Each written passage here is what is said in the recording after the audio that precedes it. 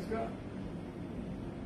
మరి ఏదో ఒకేసారి ఏదో రకంగా అరెస్ట్ చేయాలని ఇద్దరికి చెప్తే మరి ఒకరు తెలియకుండా ఒకరు ఎఫ్ఐఆర్లు కట్టారా ఏంటో తెలియదు. మరి ఇంకో ఎఫ్ఐఆర్ కూడా వచ్చింది. అదేంటంటే చిత్తూరు పోలీసులు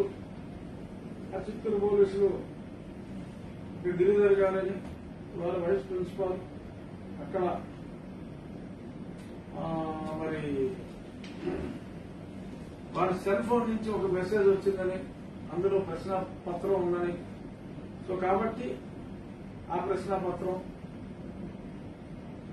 పంపినందుకు ఆ గిరిధర్ రెడ్డి గారిని, అలాగే మరి ఆయన పనిచేస్తున్న కాలేజీ యజమాని నారాయణ గారు కాబట్టి నారాయణ గారిని, వారి శ్రీమతిని కూడా మరి ఇంకో మరి శ్రీమతి గారు కూడా ఏదో డైరెక్టర్ అంటారు, మరి శ్రీమతి గారిని కూడా అరెస్ట్ చేసినట్టుగా మరి ప్రముఖ అబద్దాల ఛానల్ సాక్షిలో కూడా ఇప్పుడు చూసాం.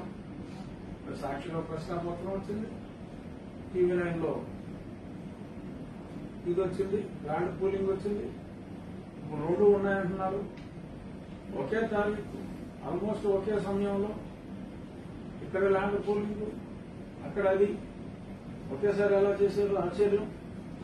ఇక మరి ఈ స్కూల్ విషయానికి వస్తే మరి పెద్దలు బొత్స సత్యనారాయణ గారు నిన్న సాక్షి పేపర్లో ఒక న్యూస్ వచ్చింది. విద్యార్థుల భవిష్యత్తుతో రాజకీయాల సజావుగా జరుగుతున్న పరీక్షల మీద బురద చల్లే ప్రయత్నం కరెక్ట్ కాదని నిన్నే చెప్పారు. తప్పు చేసిన 60 మంది మీద కేసులు పెట్టాం, అందులో 36 మంది ప్రభుత్వ ఉపాధ్యాయులు ఉన్నారని సత్యబాబు గారు అన్నారు. అది సాక్షిలో కూడా వచ్చింది, టీవీలో కూడా ఆయన మాట్లాడుతుండగా కూడా వచ్చింది. ఇది కొంచెం ఫోకస్ చేయడం బాబు. సాక్షిలో సత్యబాబు గారు మాట్లాడిన మాట ఎక్కడ పేపర్ లీక్ కాలేదు. ఒక 36 మంది ప్రభుత్వ ఉపాధ్యాయులు తప్పు చేశారు, 6 మంది కేసు కట్టే ఉన్నారు. మరి గిరిధర్ రెడ్డి తప్పు చేసుంటే సరే మనమే చేయించేమని చెప్పి అందరూ అంటున్నారు. అలా ఫోన్ నుంచి బలవంతంగా మెసేజ్ ఇప్పించి సరే నీ మీద కేసు కట్టి నేనేమో వదిలేస్తాను కానీ నేను నారాయణ గారిని వేయాలంటే తప్పదని చెప్పి చేసినట్టుగా మరి కొన్ని వర్గాలు అంటున్నాయి. అది నిజం కాకూడదని నా కోరిక, కానీ నిజమే అని ప్రజల నమ్మిక. సరే ఇప్పుడు దీనికి వస్తే మరి సత్యబాబు గారు చెప్పిందండి 36 మంది ప్రభుత్వ ఉపాధ్యాయుల మీద కేసు కట్టారు, అక్కడ గిరిధర్ రెడ్డిపై కట్టినట్టు. మరి అక్కడ నారాయణ అరెస్ట్ చేసినప్పుడు ఈ సత్యనారాయణని అంటే బొత్స సత్యనారాయణ గారిని కూడా అరెస్ట్ చేస్తారా? లేదు అసలు సింహాన్ని అంటే ముఖ్యమంత్రి గారిని, మరి రాష్ట్ర అధినేత ఆయన కాబట్టి మరి ఆయన్ని అరెస్ట్ చేస్తారా? 7వ తారీఖు తిరుపతిలో మరి అద్దెకి తీసుకొచ్చిన కళాకారుల మధ్యన ముఖ్యమంత్రి గారు మరి ఆయన ఉన్నారు. అసలు ఈ నారాయణ చైతన్యాలు ఇలాగా కాపీలు కొట్టి మా మీద అపవాదులు వేస్తున్నాయని చెప్పారు. ఆ తర్వాత రోజేమో సత్యబాబు గారు కాపీ లేదు, పాలు లేదు, ఇదంతా అబద్ధం అన్నారు. అంటే మరి ఆయన ముఖ్యమంత్రి గారు తప్పట్టారా, ఎవరిని తప్పట్టారో తెలియదు. బట్ సత్యబాబు గారు అయితే మరి 1/4 పేజీ న్యూస్ ఐటమ్ సాక్షిలో వచ్చింది. ఇది నమ్మాలి కనీసం. ప్రజలు నమ్మిన నమ్మకపోయినా సాక్షి రాత్రులు మరి ఈశ్వరరాయకప్ప వల్ల నమ్మాలి. మరి ఆ నమ్మినట్టు నమ్మితే మరి ఇప్పుడు నారాయణ గారిని అరెస్టు న్యాయం అనుకుంటే సత్యబాబు గారిని వైఎస్ యువజన శ్రామిక జగన్మోహన్ రెడ్డి గారిని కూడా అరెస్ట్ చేయాలి. This is my demand. If this is correct వాళ్ళని అరెస్ట్ చేయకపోవడం తప్పు అవుతుంది. బట్ నారాయణ గారి అరెస్టు చేయటమే తప్పు. దీనికి నా తీవ్ర నిరసన వ్యక్తం చేస్తున్నా. ఇక నారాయణ గారు కూడా మరి వాళ్ళ శ్రేణులు కానీ వాళ్ళ మనుషులు కానీ వీరికి ఒక అలవాటు ఉంది. ఎంక్వైరీ చేసే గదుల్లో కెమెరాలు ముందు రోజే తీసేస్తారు. తీసేసి మరి వ్యక్తిగత సిబ్బంది అంటే పంపించేసి కేవలం కొరత కోసమే తీసుకెళ్తారు. తర్వాత పచ్చబద్దాలు ఆడతారు. ఇవన్నీ తర్వాత ఫ్యూచర్ లో నా కేసు విచారణలో అసలు దొంగలందరూ క్రూర మృగాలతో సహా అందరూ బయటకు వస్తారు త్వరలో. బట్ ఒక దెబ్బతిన్న వ్యక్తిగా ఈ దుర్మార్గులని గత సంవత్సరం మే 14న గురి చేసిన వ్యక్తిగా నారాయణ గారికి, ఆయన్ని అభిమానించి మరి ఆయన కాలేజీలో పనిచేసే స్టాఫ్ కానీ, మరి గతంలో ఆయన తెలుగుదేశంలో యాక్టివ్గా ఉన్నారు, మరి ఆయన పొలిటికల్ గా యాక్టివ్గా ఉన్నారో లేదో నాకు తెలియదు. But is done lot of good work. మరి ఆయన అభిమానించే వాళ్ళు ఎవరైనా కూడా అప్రమత్తతగా ఉండాలి. లేదంటే మరి ఆయన ఎంత ఫిజికల్ గా ఫిట్ గా ఉన్నారో నాకు తెలియదు. 2-3 దెబ్బలు పడితే మరి ఏదైనా జరగవచ్చు. సో కాబట్టి దయచేసి let us immediately go to the court. Only ఒక న్యాయవాది సమక్షంలోనే, సెక్యూరిటీ సమక్షంలోనే వాళ్ళు ఎంక్వైరీ చేసేలాగా ఉండాలి తప్ప, లేదంటే ఈ పోలీసులు, ఈ ప్రభుత్వాది నేతలు బరితెగించారు, ఎంతకైనా బరితెగిస్తారు. సో కాబట్టి నారాయణ గారిని అభిమానించే వాళ్లే కాదు, ప్రజాస్వామ్యాన్ని గౌరవించే వాళ్ళందరూ కూడా దీన్ని ఖండించాలి. ఒకేసారి ఒకే రోజు ఓ పక్కన అది, ఓ పక్కన ఇదే, 2 ఎఫ్ఐఆర్లా బుద్ధుందండి. ఎలా పెడతారు? ప్రజలు అంటే ఈ అనాగరిక చర్యల్ని, ఈ ఆటవిక చర్యల్ని ఎవరు పడతారని ఇలాగా సెన్సేషన్ చేయడానికి, భయభ్రాంతులకు గురి చేయడానికి ఇప్పుడు నాయకులందరూ బయటకు వస్తున్నారు. ఈ నాయకులను చూసి ప్రజలందరూ కూడా బయటకు వస్తున్నారు. వీరిని భయపరచాలి అంటే మరి ఒక సీనియర్ మినిస్టర్ని వేసేయాలి అనే కాన్సెప్ట్ తో భయపెట్టే ప్రయత్నం. నేనేమి అరిచేత్తో సూర్యకాంత్ ఆపలేడు, ఇలాంటి డైలాగులు చెప్పట్లా. అవన్నీ ఇప్పుడు నిజాలు అవుతాయి, మాట్లాడుకోవాల్సిన అవసరం లేదు. సో ఇంకేమన్నా లేటెస్ట్ వార్తలున్నాయా? ఈ 2 ఎఫ్ఐఆర్లు ఇంకేమన్నా రేపులు మర్డర్లు లాంటివి కూడా ఏమన్నా పెట్టారా? ఇంకా రేప్ కేసులు ఏం పెట్టారా? సరే, ఇక మేము ఇంకో సబ్జెక్ట్కి వెళ్ళిపోదాం. ఈ డిస్కషన్ అయ్యేలోపు ఏమైనా కొత్త ఎఫ్ఐఆర్లు ఇంకేమన్నా వేస్తాయి, ఇప్పుడు చూద్దాం. ఇక ఈ రోజున మెయిన్ సబ్జెక్టు గత 3-4 రోజులుగా పొత్తులు వీటి మీద డిస్కషన్.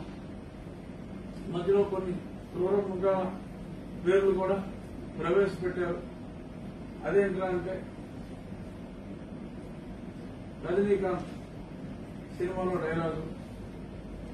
ఇది వరకు ఒకసారి నేను ఆ సినిమాలో డైలాగ్ ఇలా ఉంది అని ఒకసారి నేను ఒక సందర్భంలో 2 సంవత్సరాల క్రితం చెప్పడం జరిగింది. నేను చెప్పడం కూడా నా డైలాగ్ లాగా చెప్పలా, ఏదో మాటల సందర్భంలో పలానా సినిమాలో పలానా డైలాగ్ ఉందని చెప్పారు. ఏంటది? నానా సింహం సింగిల్ గా వస్తుంది, పందులేని గుంపుగా వస్తాయి అని ఒక సినిమాలో పలానా డైలాగ్ ఉందని చెప్పా. అప్పుడు నా మీద ఎన్ని కేసులు పెట్టారు? ఏది సినిమాలో డైలాగ్ చెప్తున్నాను. మరి ఇప్పుడు నిన్నటి నుంచి మొన్న గత 3 రోజుల నుంచి అందరేమో మగాడంట ముఖ్యమంత్రి గారు. ఎవరికి డౌట్ లేదు, కొంతమంది మహిళా మంత్రులు ఈయన్ని మగాడన్నారు. సరే, మగాడంటే పర్వాలేదు, ఓకే అనుకున్నాం, అంటే అందరికీ తెలిసినప్పటికీ. కానీ ఇప్పుడు మృగాడు అంటున్నారు. అంటే సింహం, ముఖ్యమంత్రి గారు మనిషి కాదు సింహం అని ఇప్పుడు కొత్తగా గత 3 రోజులుగా చెప్తున్నారు. ఈయన సింహంని ఆయన ఎవరితో పూర్తి లేకుండా సింగిల్ గా వస్తాడని ఈ రకంగా మాట్లాడుతున్నారు. ఇక్కడ చెప్పుకోవాల్సింది ఏంటంటే, జనరల్ గా ఒక మంచి పరిపాలకుని, ఏదో పూర్వం రామాయణ రాజ్యం అనేవాడు, కొత్తగా ఈయన ఏదో టెర్మినాలజీ తీసుకొచ్చారు, ఏదో రాజన్న రాజ్యం అన్నారు. అది కూడా జనం అన్నారు. కానీ మృగరాజ్యం సింహంతో పోల్చి, అడవిలో ఉండే సింహంతో పోల్చి, అడవిలో సింహం ఏం చేస్తుందండి? వేరే మృగాల్ని, పైగా సింహం ఉంటే లేజీ. ఇది తెలుసా? సింహం పెద్దగా వేటాడదు.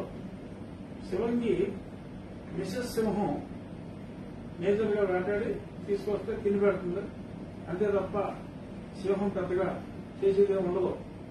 మరి ఏ ఉద్దేశంలో మరి మా ముఖ్యమంత్రి గారిని సింహం అని చెప్పి అన్నారో నాకు తెలియదు. కానీ ఒక అడవిలో ఉండే సింహాన్ని మానవ రంగంలోకి తీసుకొస్తే ఇప్పుడు సింగిల్ గానే వస్తుందండి. పులి పులులు గుంపు ఎప్పుడు రాదు ఊర్లోకి. అలాగే చిరతపూలు కూడా చిరతపూలు గుంపు రాదు, ఒకటే చిరతపూలు వస్తుంది. ఎందుకు వస్తుంది?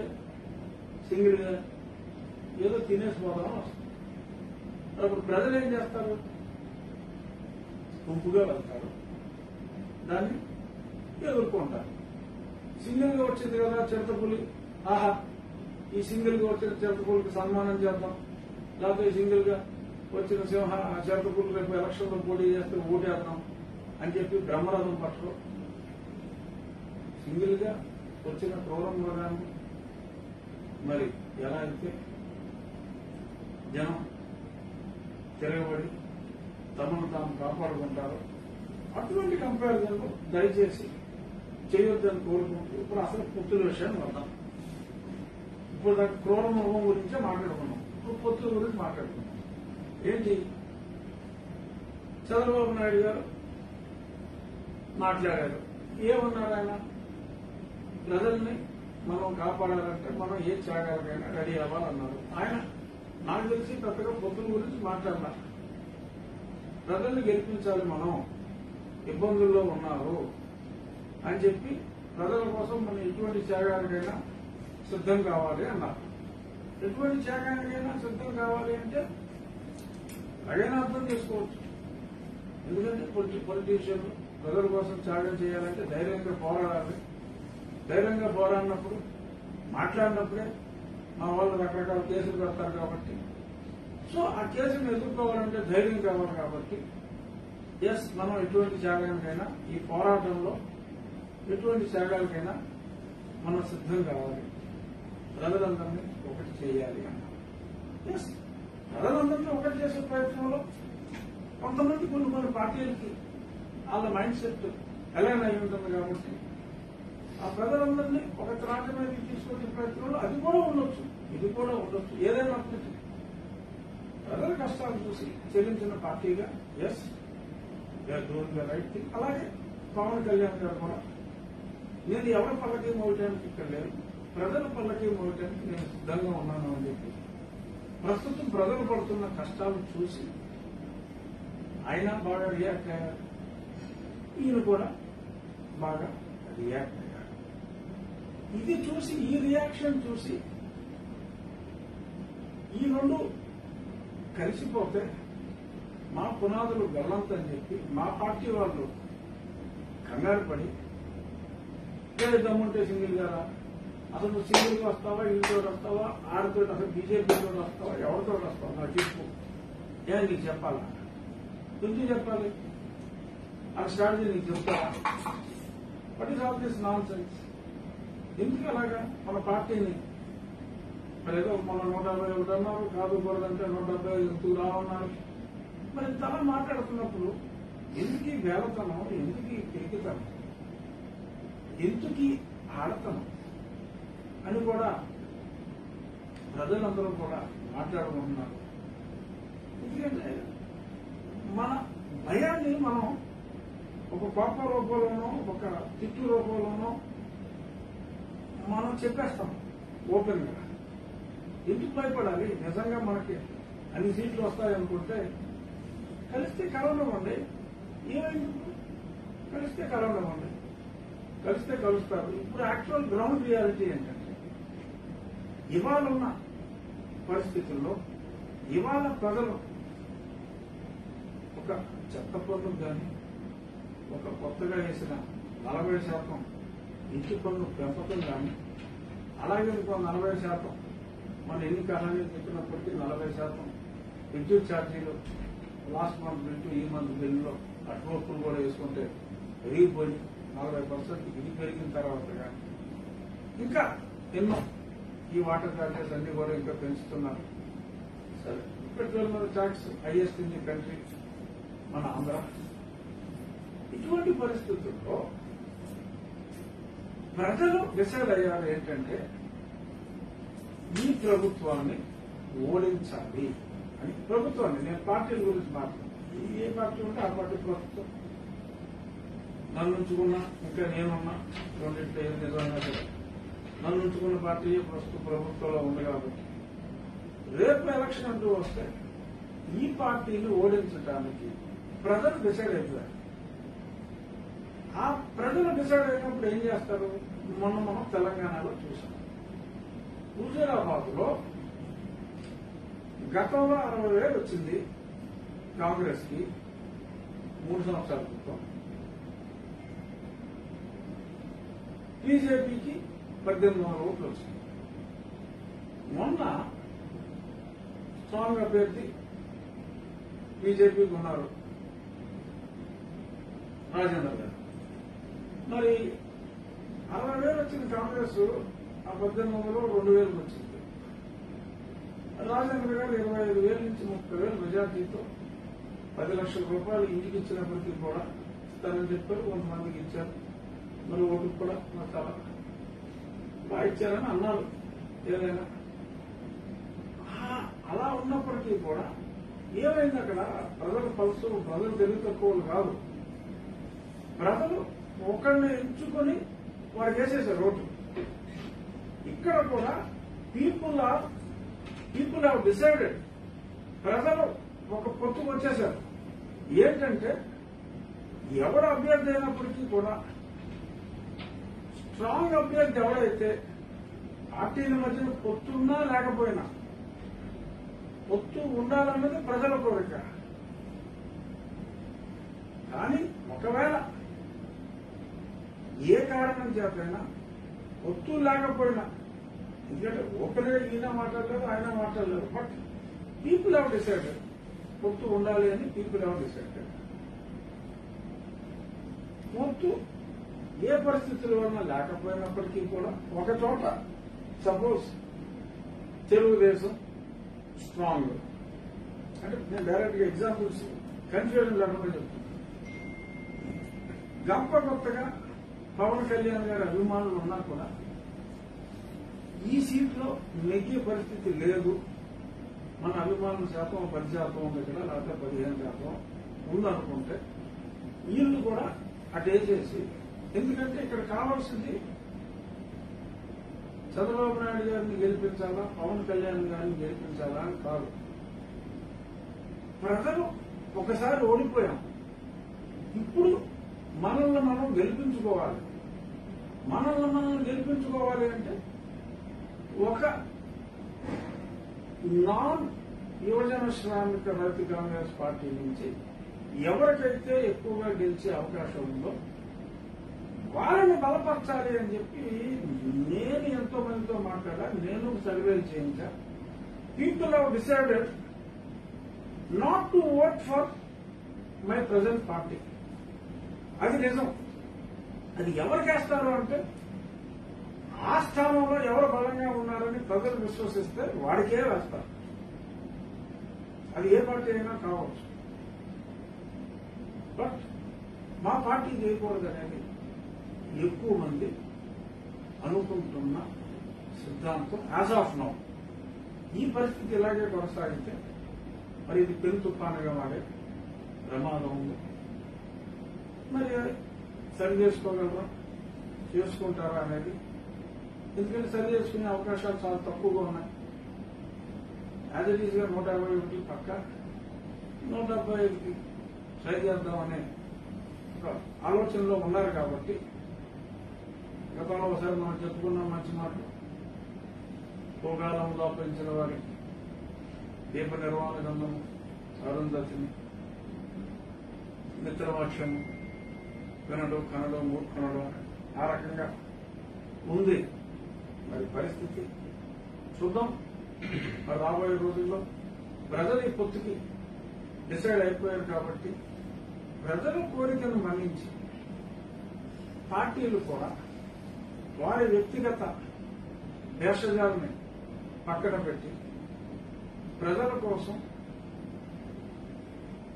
ప్రజల్ని గెలిపించే ప్రయత్నంలో ప్రజలతో భాగస్వామ్యంగా రావాలి అని డెఫినెట్ గా ప్రజాస్వామ్యాన్ని కోరుకునే వ్యక్తిగా, నిజమైన ప్రజాస్వామ్యాన్ని కోరుకునే వ్యక్తిగా ఇది ప్రజల కోరిక, ప్రజలతో పాటు నా కోరిక. ఎందుకంటే గతంలో కూడా చూసాం, నా జిల్లాలోనే కొన్ని చోట్ల చూసాం. పై నాయకులు దగ్గర నుంచి ఎటువంటి గ్రీన్ సిగ్నల్ లేకపోయినా కూడా కొన్ని చోట్ల తెలుగుదేశం జన సైనికులు కలిశారు. మంచి రిజల్ట్స్ వచ్చింది కొన్ని చోట్ల. So voter has decided to get together కాబట్టి ఎవరైనా వ్యక్తిగతంగా ఏదన్నా మాట్లాడాలి అనుకుంటే ఆ మాటలు వీలైనంత వరకు తగ్గించుకుంటే ఆ తగ్గించుకున్న వాళ్ళు ప్రజలకు ఎక్కువ చేరువవుతారు. సంకుచిత స్వభావంతో ఎవరు ఎక్కువ మాట్లాడినా వారు ప్రజలకు దూరం అవుతారు అనేది నా భావన. ఖచ్చితంగా పెద్ద పార్టీల మధ్యన పొత్తు ఉంటుంది. ఉంటే ఇంకా మంచిది. People have decided, but still పొత్తు ఉంటే ఇంకా మంచిది. కాబట్టి ప్రజల కోసం ఈ వ్యక్తిగత ఇగోల్ని తగ్గించుకుని, నేను చెప్పేది నాయకులు కాదు, నాయకులకి నీతులు చెప్పే అంత స్టేచర్ నాకు లేదు. నేను చెప్పేది పార్టీలో ఉన్న నాయకులుగా చలామణి అవుతున్న పార్టీలో ఉన్న కొద్ది మంది ఆ పై నాయకుడి వద్ద తమ విలువలు పెంచుకోవటానికి మాట్లాడే అతిశయోక్తుల్ని తగ్గించుకుని ప్రజల మైండ్ లో ఏముంది అంటే people wanted unity among the opposition. If there is no unity among the leaders of the political parties who are opponents today, people have decided to fight unitedly to select the right person. కాబట్టి ఇది గ్రహించాలని, definite గా బలమైన కూటమి ఏర్పడుతుందని, ఇంకా తర్వాత result ఏంటన్నది స్పష్టం, అతి స్పష్టం. ఈ దారుణాలు ఎలాగే కొనసాగితే మరి చరిత్రలో కనీమిని ఎరగని రిజల్ట్ లాస్ట్ టైం వచ్చింది. ఆ రికార్డుని తుడిచిపెట్టే విధంగా ఇంకో రికార్డు రావచ్చు. కాబట్టి ఏమవుతుందో చూద్దాం. ఇక కామెంట్స్ దీని మీద మా సకల శాఖ మంత్రి గారు నిన్న చూశారు. అసలేంటి, ఎవరు ముఖ్యమంత్రి అవుతారు అని చెప్పి అన్నారు. అంటే ఆల్రెడీ నేను ఓడిపోయినట్టుగా మరి సకల శాఖ మంత్రి గారు భావించారా, లేకపోతే ఎవరు ముఖ్యమంత్రి అన్న టాపిక్ తో రావాల్సిన అవసరం లేదు. మరి పవన్ కళ్యాణ్ గారిని ముఖ్యమంత్రిగా మీరు చేస్తారా అని చెప్పి ఒక మాట కూడా మాట్లాడారు. అసలు మీకు ఎందుకు సార్, మీరు ఓడిపోరు, మీరే ఉంటారు, ముఖ్యమంత్రి గారు కలలు అంటున్నారు పర్యటనలో ఇంకో 30 ఏళ్ళు ఆయన అని. కానండి, మీ కళలను మీరు ముందుకు చేసుకుంటారని మీరు నమ్మండి. ఈ పార్టీ నెగితే ఎవరు ముఖ్యమంత్రి అవుతారో మీకు చెప్పాల్సిన అవసరం వీళ్ళకే ఉంది. పోనీ మీరు మాట్లాడితే బీసీ ఎస్సీ సంక్షేమం గురించి మాట్లాడుతున్నారు. మీరు ఉన్న నారాయణ స్వామి గారికి ముఖ్యమంత్రి పదవి ఇస్తారా చెప్పండి? లేకపోతే ఆదిమూలం సురేష్ గారికి ముఖ్యమంత్రి పదవి ఇస్తారా? విద్యాధికుడు చెప్పండి. ఈ సంగతి మీకు తెల్లారుగా ఇస్తే నేను బీసీ రక్షకుడిని, నేను ఎస్సీ రక్షకుడిని, ఎస్టీ రక్షకుడిని, మీ జీవితం అంతా అవి త్యాగం చేసినట్టు ఎలా బిల్డప్ ఇస్తున్నారు కదా. ఇచ్చేసేయండి ముఖ్యమంత్రి. విలువ లేని ఉప ముఖ్యమంత్రి నుంచి ఉపయోగం ఉంది. ఏ మంత్రి అయినా ఒకటే. రాజ్యాంగంలో లేని పెట్టారు మీరు, ఇవ్వండి. ఎవరు నీతులు, పక్కలకు నీతులు, శుద్ధులు. సో నేను చెప్పాలనుకున్నది ప్రజలు కలిసి పోరాడటానికి డిసైడ్ అయ్యారు. నాయకులు ప్రజలతో కలిసి రావాలి అని చెప్పి నాయకులకి నా విజ్ఞప్తి. ఇక ఈ సబ్జెక్ట్ మీద క్వశ్చన్ ఉన్నాయా? పొత్తుల మీద నెక్స్ట్ సబ్జెక్ట్ వెళ్ళిపోతాం. ఎందుకు అంత భయపడాల్సిన అవసరం ఏంటి సార్? మీకు 175 వస్తాయని మీ ముఖ్యమంత్రి అంటున్నారు. అదే మరి ఎందుకు భయపడుతున్నారంటే గ్రౌండ్ రియాలిటీ తెలుసు. ఇప్పుడు రేపొద్దు నుంచి ఇప్పుడు చక్కగా పరిస్థితిని అర్థం చేసుకోవాలంటే రేపటి నుంచి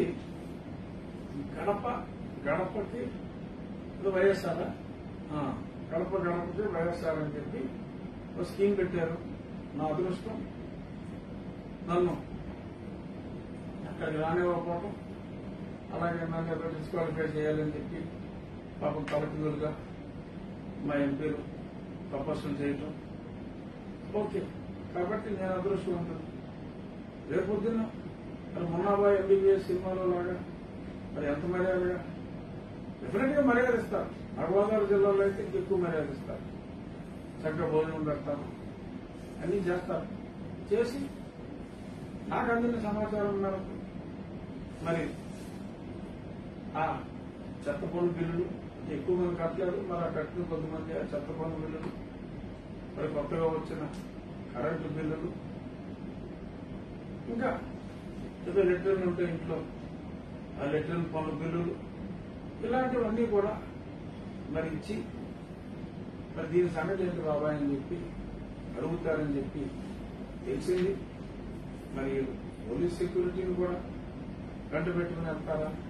మరి రేపటి నుంచి ఒకవేళ ఎవరైనా బేసిక్గా ప్రజలు మంచోళ్ళు, అమాయకులు, గొర్రెలు, సో కాబట్టి పెద్దగా ఇబ్బంది ఉండకపోవచ్చు.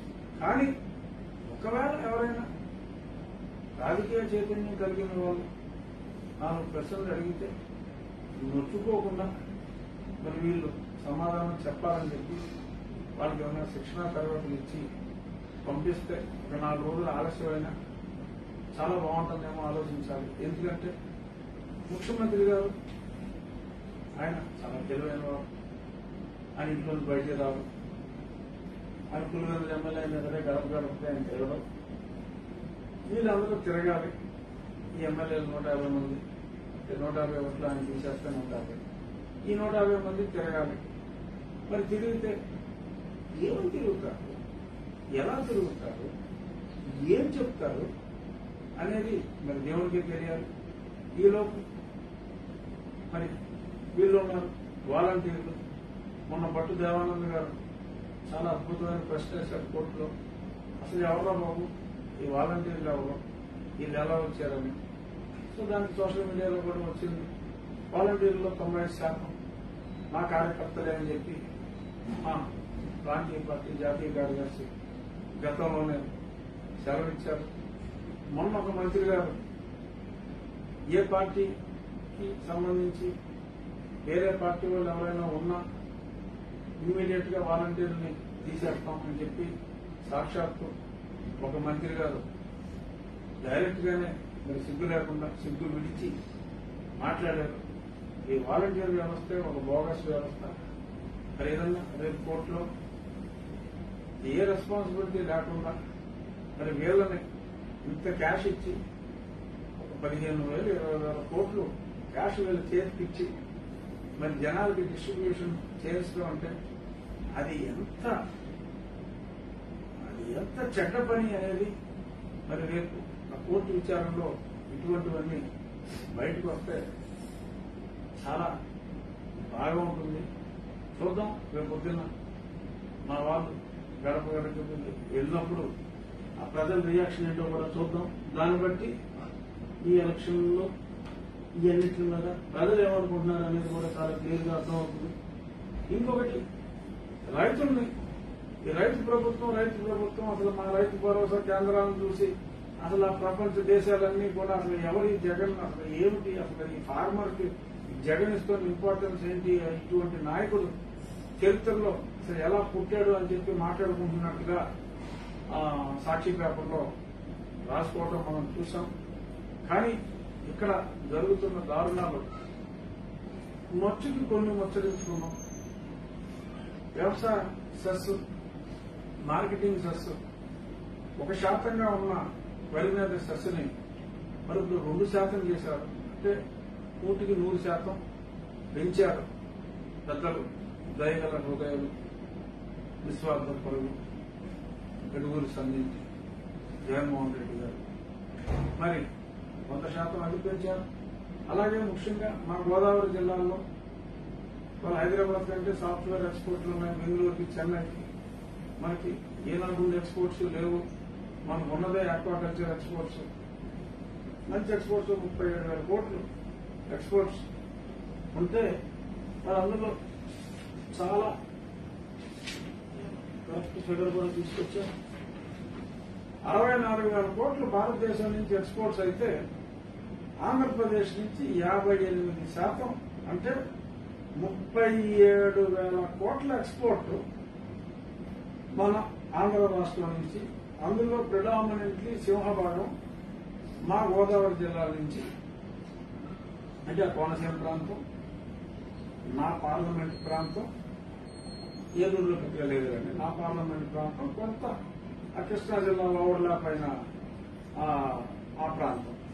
అక్కడ 37,000 కోట్లు ఎక్స్పోర్ట్ అవుతూ ఉంటే ఏది పచ్చగా ఉంటే మా యువజన శ్రామికులకు పెద్దగా నచ్చదనుకుంటాను. ఇప్పుడు ఆ రైతులకి ఆ ధాన్యం మీద 100% పెంచితే 1-2 చేస్తే ఎవరు కట్టుకోవాలి? రైతేగా కట్టుకునేది. సో రైతుకి పెట్టినట్టేగా బొక్క. బాధుడే బాధుడు 100% పెంచారంటే అదే మామూలు బాధుడు కాదు కదా. 100% పెంచారు. ఇక ఈ ఆక్వాకు వస్తే మొన్న ₹1.5 చంద్రబాబు నాయుడు గారి టైంలో ఇచ్చారు. రైతులు హ్యాపీగా ఉన్నారు. సరే ఈయన వచ్చిన తర్వాత కూడా కొద్ది కాలం పాటు కంటిన్యూ చేశాడు ఆ జగన్మోహన్ రెడ్డి. మరి ఇప్పుడు దాన్ని 3.80 చేశారు. ₹1.80 ఏదో దానికేమో ఏదో రకరకాల రెస్ట్రిక్షన్స్ పెట్టి ఒక 20% అది అప్లికబుల్ అవుతుంది, 80% అప్లికబుల్ కాదు.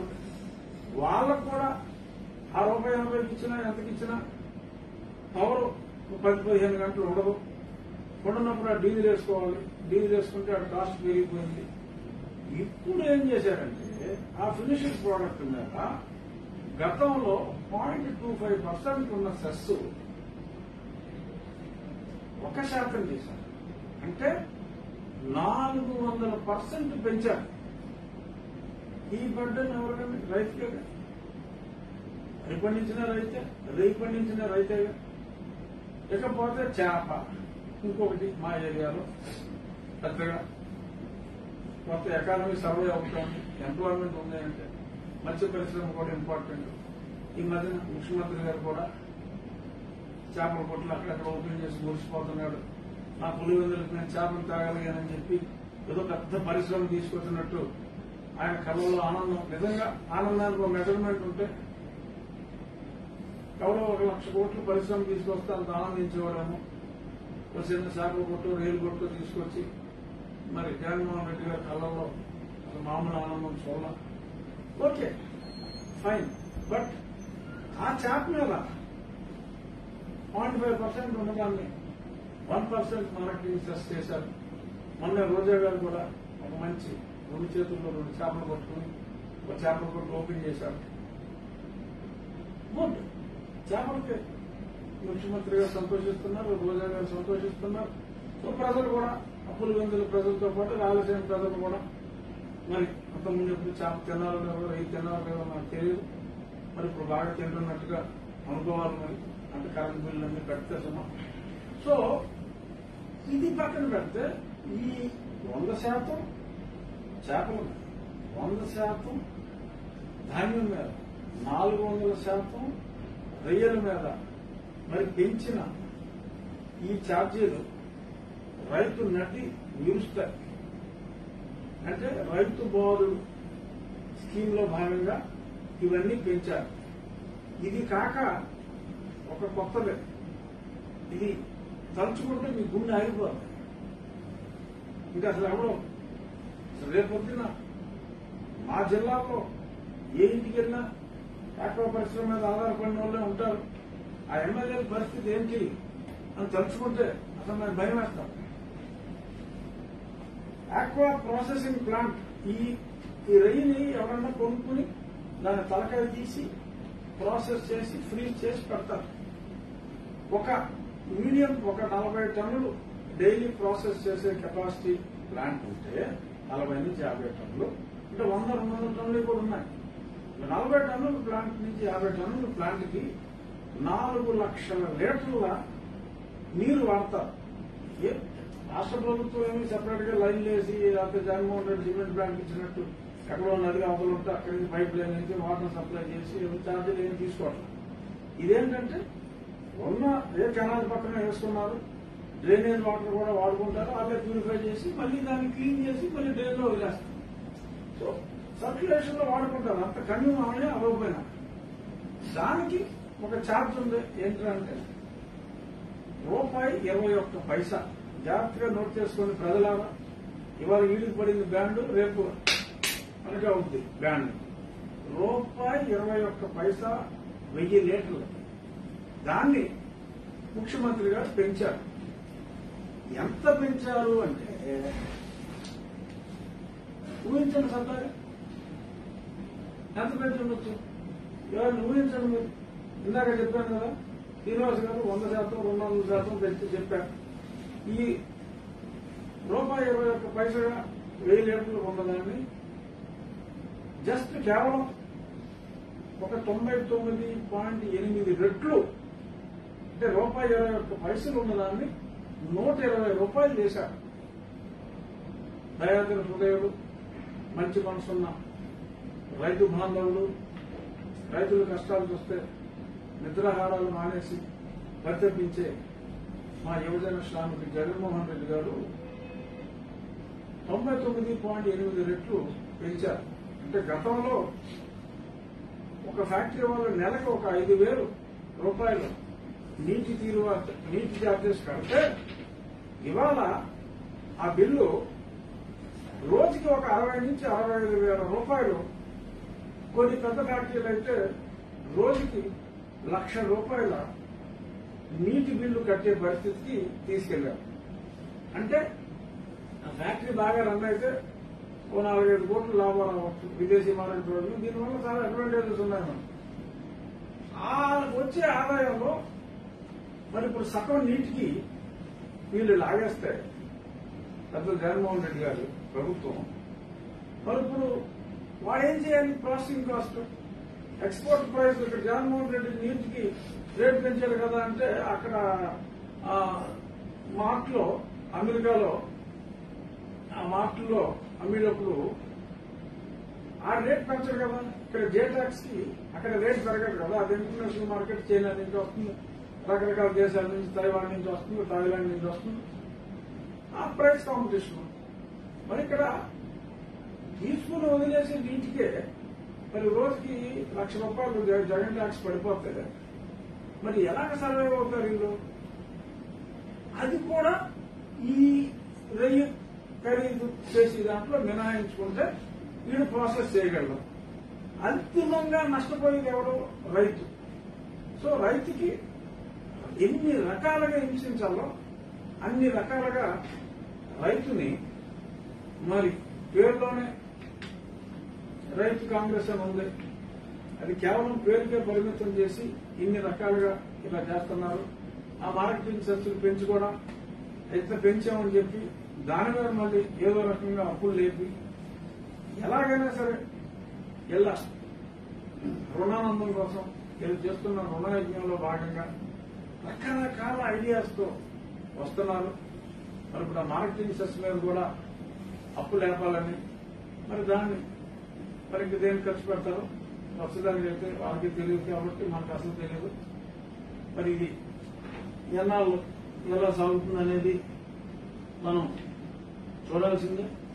ఇక రుణం గురించి కూడా ఇవాళ మనం చూసాం. ఇవాళ ప్రముఖ దినపత్రికలో మరి మా వాళ్ళు ఒక 75 నుంచి 80,000 కోట్లు అడిగారు. గతంలో ఇవ్వాల్సింది ఏదో 16,000 ఉంది. మాకు రావాల్సింది ఒక 45,000 48,000 ఉంది. ఇది కాక ఇంకేదో కొంత ఎక్స్ట్రా అని ఇది మొత్తం మీద ఒక 80,000 దాకా మన రాష్ట్ర ప్రభుత్వం అడిగింది. దానికి ఒక 30,000 29,000 ఈ సంవత్సరం మీకు ఉంటుందని చెప్పి ప్రస్తుతానికి అందాజుగా చెప్పడం జరిగింది. అలాగే చాలా స్పష్టంగా చెప్పింది ఏంటంటే ఆంధ్రప్రదేశ్ ప్రభుత్వానికి తెలంగాణకి కూడా మీరు కార్పొరేషన్ పేర్ల మీద చాలా అప్పులు ఎత్తారు. ఆ ఎత్తిన అప్పుల్ని మరి ఖజానా నుంచే మరి తీరుస్తున్నారు. ఖజానా నుంచి తీరిస్తే కనుక మరి అది కార్పొరేషన్ అప్పుగా పరిగణించం. మీ అప్పుగానే కన్సాలిడేటెడ్ ఫండ్ నుంచి పే చేస్తున్నారు కాబట్టి రాష్ట్ర ప్రభుత్వం అప్పుగానే భావించి మరి మీ ఎలిజిబిలిటీలోంచి దాన్ని కటింగ్ వేయబడను అని చెప్పి చెప్పారు. అది తెలంగాణ విషయంలో కొంచెం స్ట్రిక్ట్ గా ఉన్నారు. ఆంధ్ర విషయంలో రేపు రాష్ట్రపతి ఎలక్షన్ అయ్యేదాకా అంత స్ట్రిక్ట్ గా ఉండకపోవచ్చు. ఈ చెప్పిన 30,000లో కూడా ఎంత వస్తుందో చూడాలి. మరి ఇప్పుడు యాజ్ ఇట్ ఈస్ గా జీతాలు ఇంకా కూడా పడలేదు. రాబోయే రోజుల్లో మరి జగన్మోహన్ రెడ్డి గారు నెలకిచ్చినా 2 నెలలకు ఇచ్చినా జీతం ఇస్తే భాషల్లో కేవలం జీతం వెళ్ళిపోయిందని చెప్పి సాక్షిలో మళ్ళీ ఫుల్ పేజ్ అడ్వర్టైజ్మెంట్ వేసుకునే పరిస్థితి రావచ్చు. జీతాలు వచ్చిన రోజు మరి జనం జీతం వచ్చిన రోజు అని చెప్పి పండగ వాతావరణం కూడా వచ్చే పరిస్థితి రాబోయే రోజుల్లో రాష్ట్రంలో కనపడుతోంది. నిన్న విద్యుత్ ఉద్యోగులు ప్రభుత్వానికి ఒక అల్టిమేటం ఇచ్చారు.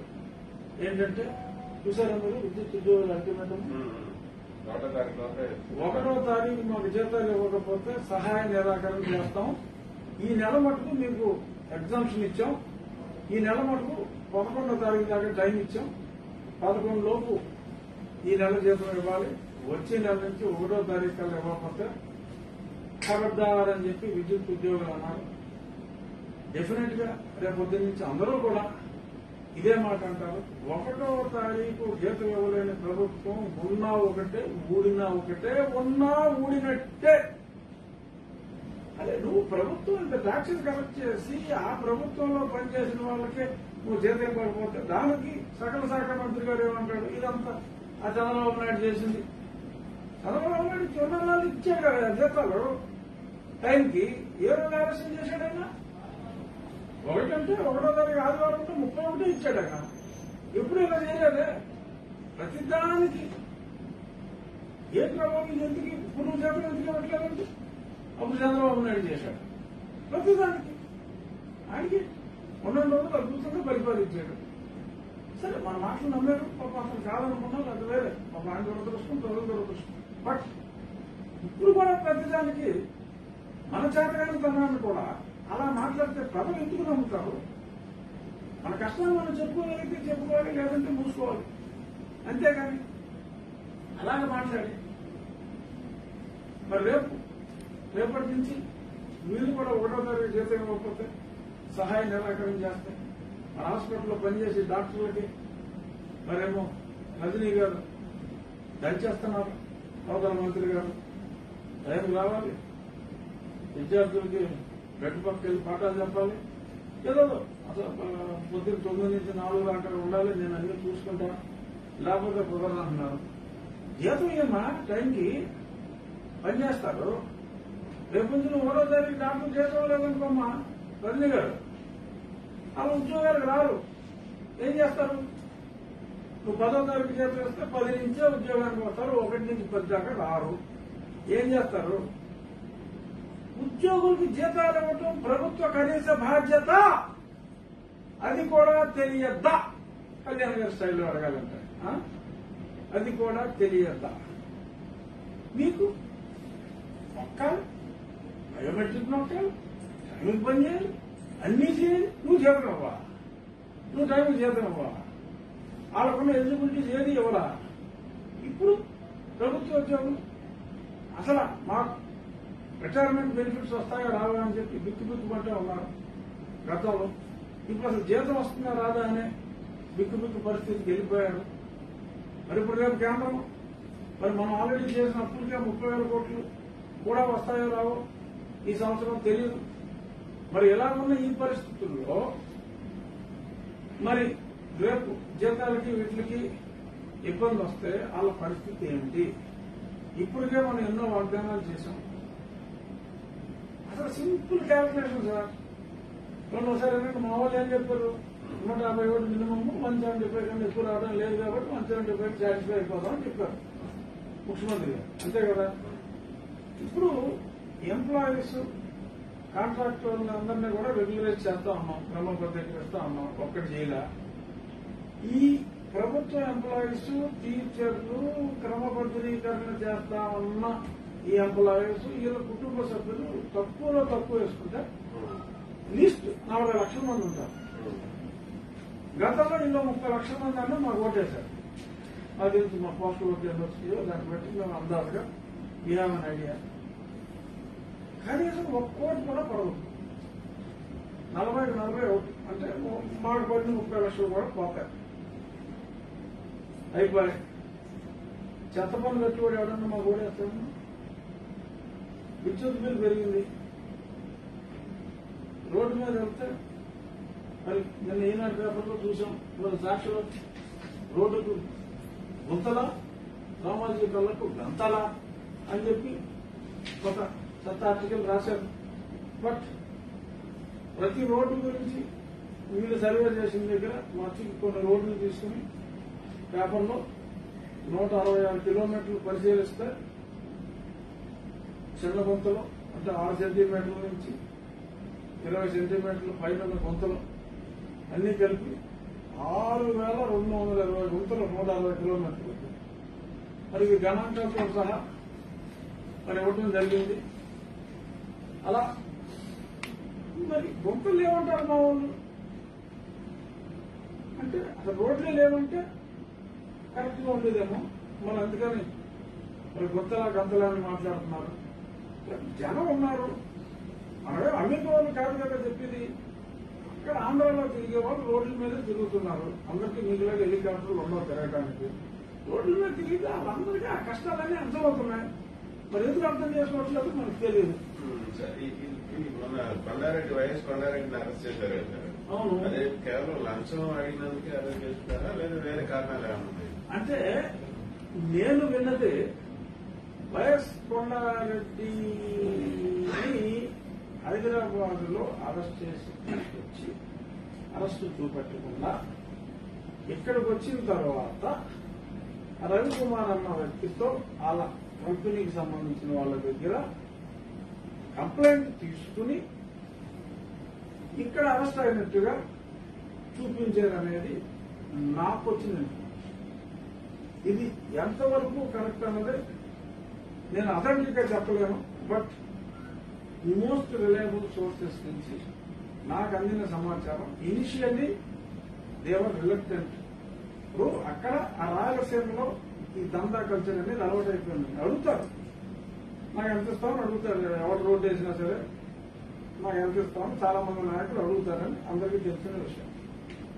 అలాగా అడిగాడు, అంతకుమించి లేదు. కానీ ఆ లోకల్ రాజకీయ ప్రభావాల వలన, కొంత కీర్తికాంక్ష వలన వైఎస్ అనే అక్షరాలు కూడా ఉన్నాయి కాబట్టి, సో వైఎస్ అనే అక్షరాలు ఉన్నప్పటికీ కూడా నాకు తనమన భేదం లేదు. ముఖ్యమంత్రి, సచివాలయ పరిపాలకుడు అన్న ఇమేజ్ కోసం కావచ్చు, మరెందుకైనా కావచ్చు. ఎందుకంటే మరి జనం విశ్వసించలేనో ఏంటో ఆ ఎస్పీ గారు అనుభూ రాజన్ గారు అసలు అవతల వాళ్ళు ఎంత వాళ్ళైనా ఏది కేసు పెట్టాడు చేసేవచ్చు, అయిపోయింది.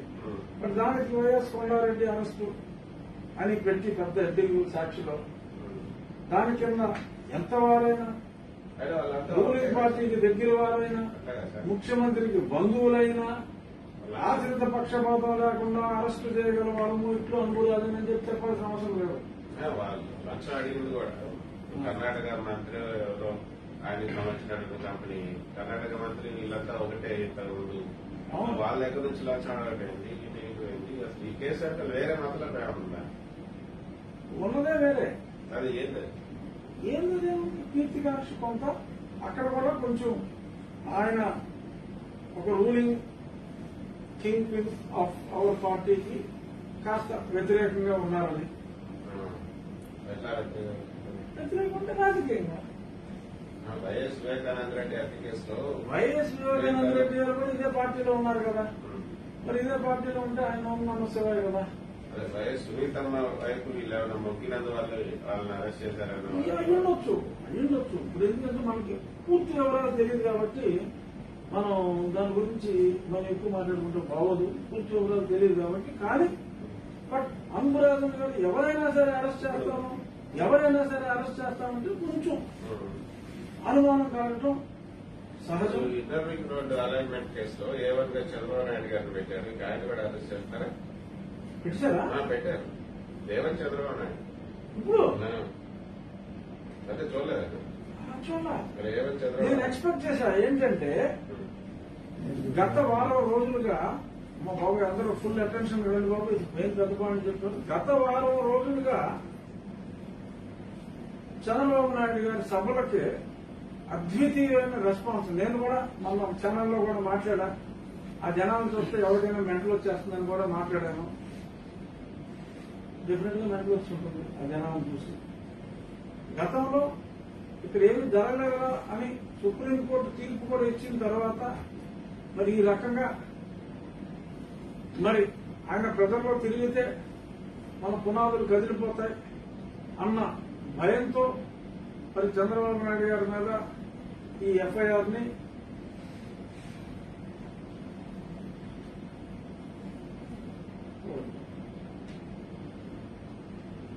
నెంబర్ 2 కింద పెట్టాను. ముందు అరెస్ట్ చేశారా? నారా చంద్రబాబు నాయుడు దీని ఎందుకంటే దిగజారుడు రాజకీయం ఇంకోటి లేదు. హెరిటేజ్ కూడా దిగజారుడు రాజకీయానికి ఇది పరాకాష్ట. డెఫినెట్ గా చంద్రబాబు నాయుడు గారిని టచ్ చేస్తే రాష్ట్రం శ్రీలంక అయిపోతుంది. అటువంటి పిచ్చి పిచ్చి ప్రయత్నాలు ఈ ప్రభుత్వం ఒకవేళ అలాంటి దిక్కుమాలిన ఆలోచనలు ఉంటే ఇమ్మీడియట్ గా మానుకోండి. ఇది ఎలా కొట్టేస్తారు? ఈ ఎఫ్ఐఆర్ రేపు వెకేషన్ కోర్టులో వేసినా డైరెక్ట్ గా సుప్రీంకోర్టుకు వచ్చినా కూడా ఇది కొట్టేసే పిటిషనే. దిస్ ఈజ్ కేవలం రాజకీయ కక్ష కోసం గత వారం రోజుల్లో జనాల్లో వచ్చిన ఈ బీభత్సమైన ఈ స్పందన చూసి తట్టుకోలేక గుండె బద్దలై నిన్నటికి నిన్న చేసిన కుట్ర. కంప్లైంట్ ఎవర్రా అంటే వైసీపీ ఎమ్మెల్యే. అసలు ఏంటి అసలు ఎలా యాక్సెప్ట్ చేస్తారు? ఇది ఒక వైసీపీ ఎమ్మెల్యే కంప్లైంట్ ఇప్పించేసి ఏమనగా పెట్టి ఏం చేద్దాం అనుకుంటున్నారు మీరు? రేపొద్దున అల్లర్లు జరిగితే ఎవరిది బాధ్యత? చూశాం కదా, ఎప్పుడో చరిత్రలో చదువుకున్నాం. 1910లో జార్జ్ చక్రవర్తికి శిరచ్ఛేదనం చేశారని ప్రజలు. బట్ నిన్న లంకలో చూసాం ప్రత్యక్షంగా. ఒక ఎంపీ ఆ దాడుల్లో కొంతమందిని చంపి తను కూడా కాల్చుకుని చనిపోయాడన్నారు. మరి మహేంద్ర రాజపక్ష రాజీనామా చేయవలసి వచ్చింది ప్రజాభిప్రాయానికి వ్యతిరేకంగా వెళ్ళినప్పుడు. ఇప్పుడు ఈ రకంగా ఒక అద్భుతంగా పరిపాలించిన ఒక పరిపాలకుని, మచ్చ లేకుండా పరిపాలించిన ఒక పరిపాలకుని ఏమీ చేయలేక భయంతో రాజకీయ కక్షతో ఈ రకంగా మరి నిన్నటికి నిన్న సాక్షాత్తు ప్రధాన న్యాయమూర్తి గారి కుటుంబ సభ్యులతో సహా మీరు వేసిన పిటిషన్లు అన్నీ కూడా ముట్టదాఖలు అయిన తర్వాత ఇప్పుడు మళ్లీ ఎఫ్ఐఆర్ వేసి మరి అందులో 40 సంవత్సరాల మచ్చలేని రాజకీయ చరిత్ర కలిగిన ఒక నాయకుడిని ఈ రకంగా ఇందులో అధికారులు కూడా పెట్టలేదు సార్. అంటే అధికారుల పాత్ర లేకుండా ఈ అలైన్మెంట్లు ఏమీ జరుగుతాయి? అసలు ఏం జరుగుతాయండి అక్కడ? అంతా అసలు ఎక్కడ అసలు ఏమీ జరగలేదు. అభివృద్ధి జరిగింది అక్కడ. అధికారులు కూడా ఉండాలి. ఐఏఎస్ ఏమీ లేకుండా సిఐడి అధికారులు మళ్ళీ ఆయన చంద్రబాబు నాయుడు గారు నారాయణ గారు చేసేస్తారా? ఏమో ఇది ఇస్తారు బ్లాక్ డే. ఇంకా అరాచకాలు ఇంకా నేను 3-4 నోట్ చేశా. కానీ నాకు ఇది విన్న తర్వాత బుర్ర తిరిగిపోయింది. బట్ ఒక్క విషయం అంటే రేపు ప్రజలకు రాబోయే ముప్పుని ఒక విషయం చెప్పాలి. ఏంటంటే నిన్న పేపర్లో వచ్చింది, పేపర్లో మరి రాలా ఎందుకనో ఇది మా న్యాయవాదే మా గురువు గారు ఆదినారాయణరావు గారు మొన్న ఆర్గ్యూ చేశారు. 5వ తారీఖు ఆటో నగర్లో విజయవాడ 2-3 ఆటో నగర్లు ఉన్నాయి. ఆటో నగర్లో మేము ఇంకా ఆటో నగర్లని మేము ఉంచాం, మేము తీసేసుకుంటాం. నీకు కావాలంటే 50% నువ్వు ఉంచుకో, కన్వర్షన్ కావాలంటే మార్కెట్ విలువలో ఒక 50% మాకు కట్టు, తర్వాత ఇంకో 15% ఇంకొక గవర్నమెంట్ డిపార్ట్మెంట్ కట్టు, అది మిగిలింది నువ్వు ఉంచుకో అని చెప్పి ఒక దిక్కుబాటు ప్రపోజల్ కూడా వస్తే కోర్టులో మొన్న ఇంటరీమ్ స్టే ఇవ్వడం జరిగింది. జూన్ 16కి దాన్ని వాయిదా వేయడం జరిగింది. అంటే ఇక్కడ ఒకటి చెప్పొచ్చేది ఏంటంటే భవిష్యత్తులో మనకు జరగబోయే థ్రెట్ గురించి చెప్తున్నా. ఆ భూములు రాష్ట్ర ప్రభుత్వం కూడా ఇచ్చింది కాదు. ఒరిజినల్ గా అక్కడ కోర్టు ఆర్గ్యుమెంట్స్ లో నేను చదివింది ఏంటంటే రైతులతో మాట్లాడి ఈ ఇండస్ట్రియల్ యజమానులు మాట్లాడుకున్న తర్వాత శాంక్టిటీ కోసం రోడ్ ఇన్ఫ్రాస్ట్రక్చర్ అన్నింటికి ఏపీఐఏసీని అప్రోచ్ అయ్యారు. ఎప్పుడో 3 దశాబ్దాల క్రితం, కొన్ని 5 దశాబ్దాల క్రితం. వాళ్ళకి ఆ భూముల మీద ఈ ప్రభుత్వం కన్నేసి పొల్యూషన్ అని చెప్పి ఏ పొల్యూషన్ లేకపోతే నాయిస్ పొల్యూషన్ అని చెప్పి అలా ఏదో రకంగా ఆ భూములు మాకు ఇవ్వమంటే సరే కోర్టు ఇంటర్ఫియర్ అయింది. డెఫినెట్ గా మంచి లాయర్ ఉన్నారు, ప్రజలకు న్యాయం జరుగుతుంది. కానీ ఈ ట్రెండ్ ఇలాగ మనం కంటిన్యూ చేస్తే రేపొద్దున నీ ఇంట్లో సగం వాటా నాది, నీ వాటా నీకు కావాలంటే ప్రభుత్వానికి 50% కట్టు అని అంటే ఎవడూ కూడా ఆశ్చర్యపోవలసిన పనే లేదు. మరి అంత దారుణంగా ఉండే పరిస్థితుల్లోకి మనం వెళ్లబోతున్నాం. ఈ ఆటో నగరే దీనికి ఒక సూచన. ఇటువంటి అన్నింటినీ కూడా మనం ముందుగానే అప్రమత్తంగా ఉండి రాబోయే పెను ప్రమాదాన్ని మనం పసిగట్టి మన రాష్ట్రం మరో లంక కాకుండా, రావణ కాష్టం కాకుండా, మంటల్లోకి వెళ్లకుండా మనల్ని మనం కాపాడుకోవాలి అంటే ప్రజలందరూ ఒక్కటి కావాలి, ప్రజలు ఒక కూటమిగా ఉండాలి.